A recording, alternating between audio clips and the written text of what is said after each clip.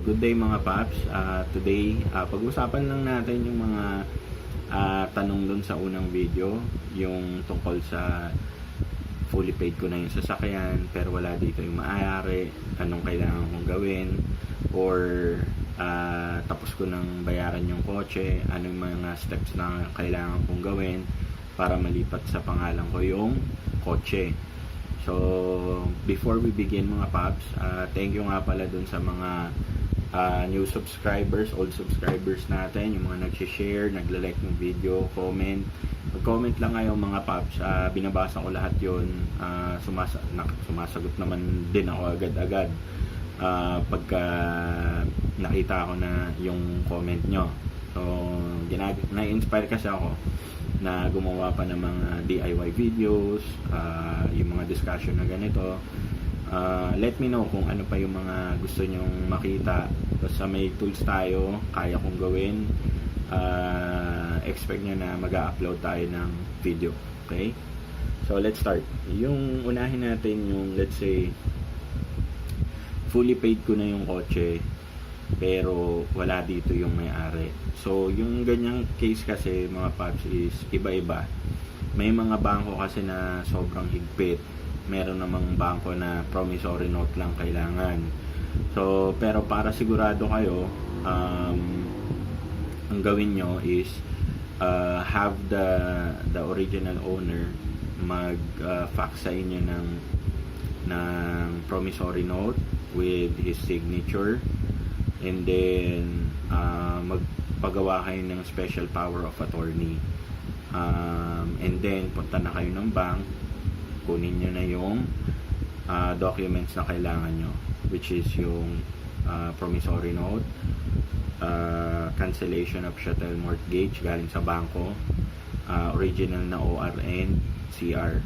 So yun yung makukuha nyo sa bangko. So after nyong makuha yun, let's say gusto nyo nang asikasuhin yung documents nung sasakyan nyo, ang unang-una nyong gagawin is punta kayo ng registry of deeds, and then bayaran nyo yung fee, which would range about 800 to 1,000, depende siguro sa lugar, depende rin sa value ng sasakyan. Pero kung yung Eon natin, mga 800 to 1K lang yan. So, ang standard processing time niyan is 10 to 15 days bago nyo makuha. So, let's say nakuha nyo na yung cancellation of chattel mortgage. Make sure lang mga paps na ingatan nyo yung resibo na binibigay ng Registry of Deeds, yung kulay pink yun, kasi hahanapin ng LTO yan. So, let's say nakuha nyo na nga yung documents galing sa Registry of Deeds. Pero, ang issue is, gusto nyong ipalipat sa pangalan nyo, di ba? After Registry of Deeds, of course, LTO. That is, kung yung kotse sa inyo nakapangalan, di ba? Kumbaga, pwede na kayong dumiretso doon kasi wala namang issue. Cancel encumbered lang yon, and then generate ng bagong CR under your name pa rin. Pero, halimbawa, ipapatransfer nyo yung inassume nyo na kotse sa pangalan nyo. So, after nyo sa Registry of Deeds, hindi muna kayo diretso ng LTO. Okay? What you will do is, pupunta kayo ng HPG. Pwede kayong pumunta sa HPG sa Pasay. Malapit siya sa domestic airport, or sa Camp Karingal, HPG, motor vehicle clearance. Yun kasi yung kailangan nyo. Yun din yung hihingiin ng LTO, at yun yung isa sa requirements, mandatory requirements para sa transfer of ownership. So, ito yung gagawin nyo mga paps. After Register of Deeds, ang kailangan nyong i-present sa HPG is original na ORCR. Pero pa-photocopy nyo lahat yun ha. Ang hihingi nila original ORCR, tapos photocopy ng deed of absolute sale, then ID, dalawang valid ID nung first owner with 3 specimen or 3 signature each, and then dalawang valid ID mo na may 3 pirma rin. And then yung nasabi ko na yung deed of sale, no? So yun yung mga kailangan yung document. Dalhin nyo yung original kasi titingnan din nila eh. And then photocopy nyo kasi later on yung photocopy na lang naman din ang hihingiin nila, ibabalik nila yung original sa'yo. Now pagdating nyo ng HPG, tanong niya, present nyo yung documents, i-check yon, and then bibigyan kayo ng payment stub or payment slip ng isang officer doon, which babayaran nyo sa pinakamalapit na land bank. Ang transfer of ownership fee is 300 pesos. Hindi nyo siya pwedeng bayaran sa kahit saan, like dun sa mga police, sa cashier ng LTO, no. You can only pay that fee sa land bank kasi there is a special PNP receipt na ginagamit ng land bank para dun sa mga payment na ganon. So let's say tapos na, diba? Nakuha nyo na let's say binigyan na kayo ng charge slip na bayaran nyo na.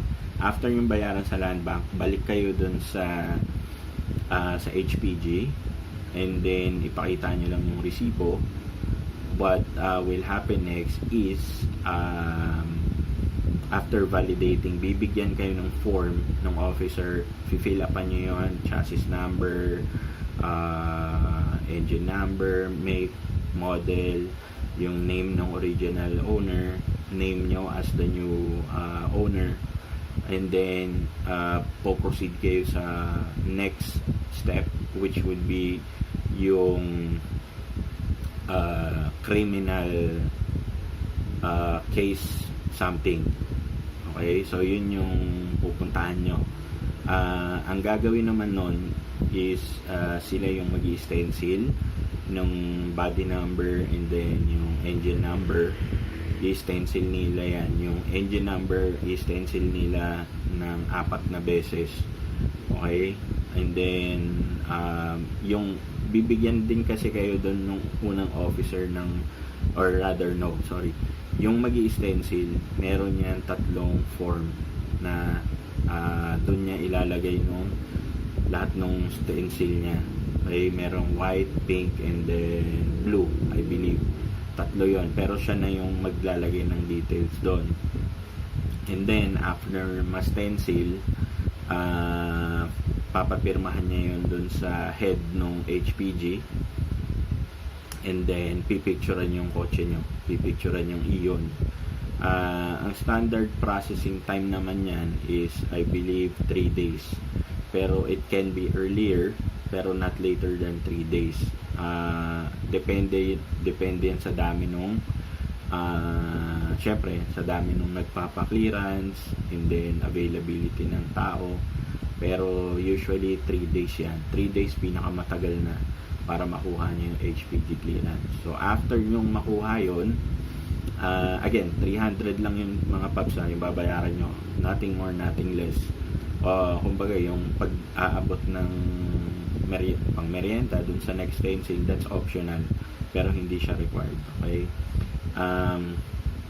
After nyo makuha yung clearance, then okay, that's the time na pupunta na kayo sa LTO kung saan naka-register or kung nasaan yung mother file ng kotse nyo. Punta kayo ng LTO, present the document, nandun yung resibo, yung certificate or yung clearance rather galing sa HPG, original ORCR, deed of sale, yung mga IDs ng original owner, ID nung ID mo, and then sabihin nyo lang doon na transfer of ownership.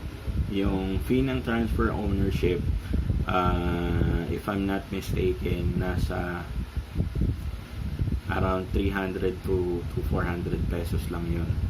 So yung cancel ng pag-cancel ng encumbered is 280, and then plus yung transfer of ownership fee. So roughly mga 3 to 400 pesos.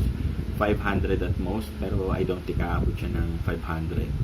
So after yung i-present yon, once na validate na ng LTO, they will generate a new CR, Certificate of Registration para sa kotse nyo, now under your name. Okay? So ganun lang, yun lang mga paps. Kasi ang dami nagtanong, paano to? Kasi ganito yung problema ko, hindi ko malipat sa pangalan ko, ganyan-ganyan. Just make sure mga paps na makasecure kayo ng, mas maiging ako makasecure kayo ng